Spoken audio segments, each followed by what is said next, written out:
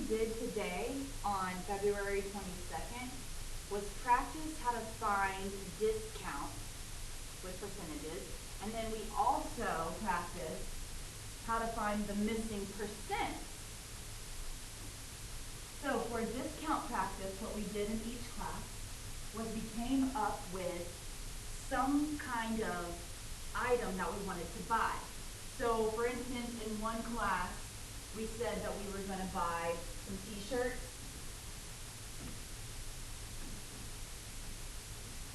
And we decided that the t-shirts were going to cost us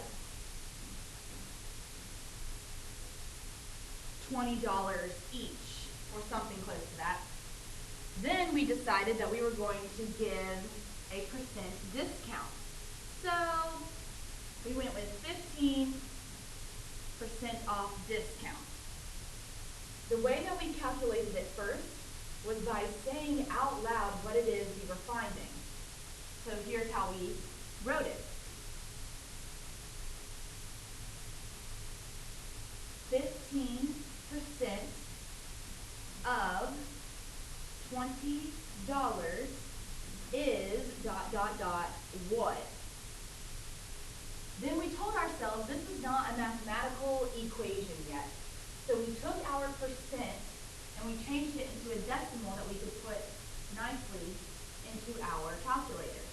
Because we're doing a percent to decimal, we used our trick of the alphabet and went from P percent to D decimal, meaning we move our decimal into the direction of left 2 times. So 15% then becomes 0.15 or 1,500. Of, in math, indicates multiplication. We decided to use parentheses to show multiplication here. Next, we have this $20 amount to put in this blank. Next, we see the word is, which in math indicates an equal sign. If we don't know this last amount in math, we can give it a variable like x. At this point, all we had to do was calculate what 1,500 times 20 would be in order to figure out what the discount amount is. And what that would end up being is $3. So we would say x equals $3. We decided that the $3 is not how much the shirt costs now, it's how much we get to take off of the cost for the shirt. So, you take your discount amount back up to your original and subtract it away. This means that $20 with a 15% discount will be a new amount of $17. So a $20 shirt with a 15% discount means that you'll only have to pay $17. After we worked on finding out how much you can take off of a percent discount like this, when you say it out loud as a sentence, we decided to show a new way of figuring this out by using an equation that you can always rely on. So if you're not much of a verbal person, this next piece is for you.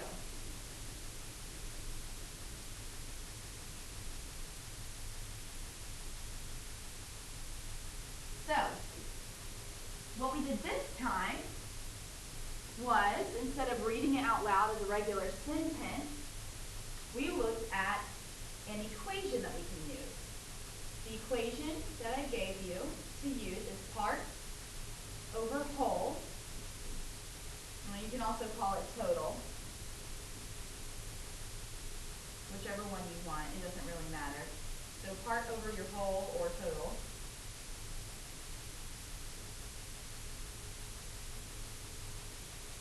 I'm going to go with total for right now. Equals percent over 100. This equation, this pattern, you can use every time when you're trying to figure out a missing percent or the amount that you're taking off after you apply a discount, anything of that nature. So here's how we applied it in this same exact example, giving the same exact answer. You just plug in what you know. So here's what we did. Plug in what we know. We do not know the part that we get to take off of the total amount. We don't know this, so we give it a variable as we did before. We do, however, know the total is going to cost us $20. The original total for these shirts is $20. Then you write out the rest of your equation. We know that 100 goes down here because the equation says so. Okay? Then we put up here at the top our percent. Now 15% in fraction form is 15 over 100. So we get to just plug it in like that. There are many different ways you could have figured this out. One way is to figure out how do you get from 20 to 100. Well, you would say you multiply by 5. What you do to the bottom, you do to the top. If I'm multiplying 5 to get from 20 to 100, you could also say you're dividing 100 by 5 to get to 20. I say that so that we can go from 15 to x easily. So now we know if 100 divided by 5 is 20 on the bottom, going the same direction, 15 divided by 5 will give us what our x value is. When you work it out, you will end up seeing that x equals $3, which is the part that you are taking off from your total. Again, this is not how much the shirt costs, it's how much you take off of the original total price. Come back up here and you subtract away your discount part of $3. And again, you'll get that 17 is your new discounted price. So what you've just seen are two totally different ways to figure out a discount price using just the English language and writing out a sentence and then converting it into a math equation. And then you also saw us use this handy dandy equation that will never ever fail us and just plug in the pieces that we know. So moving on to our next topic, we want to know what to do when you're missing a percent.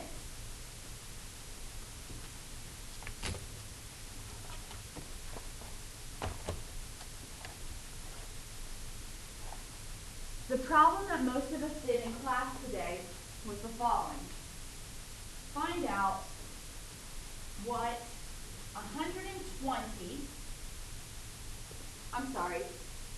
what percent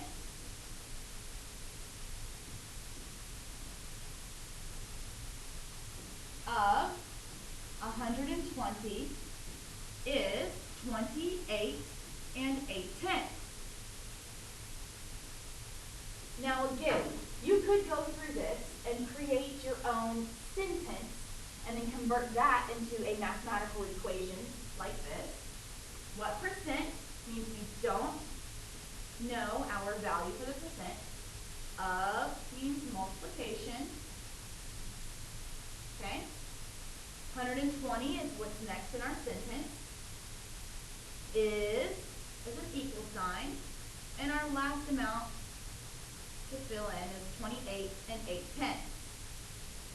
If this is the way that you like to work out these problems, you would then isolate your variable by dividing each side by 120. The reason for that is because your original operation connected to your unknown variable is multiplication. In order to isolate the variable, you have to do the inverse operation, which is division. So you divide both sides by the number that's stuck next to your variable, and that will give you your answer. So once you've worked all of this out, you would end up seeing that your answer is x equals 0 and 2400. Now, we are trying to find the percent. This value is not written over 100, so we're seeing it as a decimal. That means it's not in percent form yet. If you're going from D decimal to P in the alphabet for percent, you move to the right 2 times. Therefore, your answer is 24%. So, the answer for what percent of 120 is 28 and 8/10 is 24%. Now, can we use that equation from our last topic here? Yes, we can. So let's try it. Our equation is part over total, or whole, equals percent over 100. Let's plug in what we know. Do we know the part? Yes, the part is 28 and 8/10. Do we know the whole that we're taking a percent of? Yeah, the whole that we are taking a percent of is 120. That's also known as your total. So 28 and 8/10 is your part, and 120 is your whole, or your total amount. To finish the equation, you write your equal sign and fill in the rest. We don't know what percent of the total we're taking. So for that area, we fill in a variable for the unknown amount. There are several ways to figure this out, but for this situation, what I would suggest is cross multiplication. So you could say 100 times 28 and 8/10 equals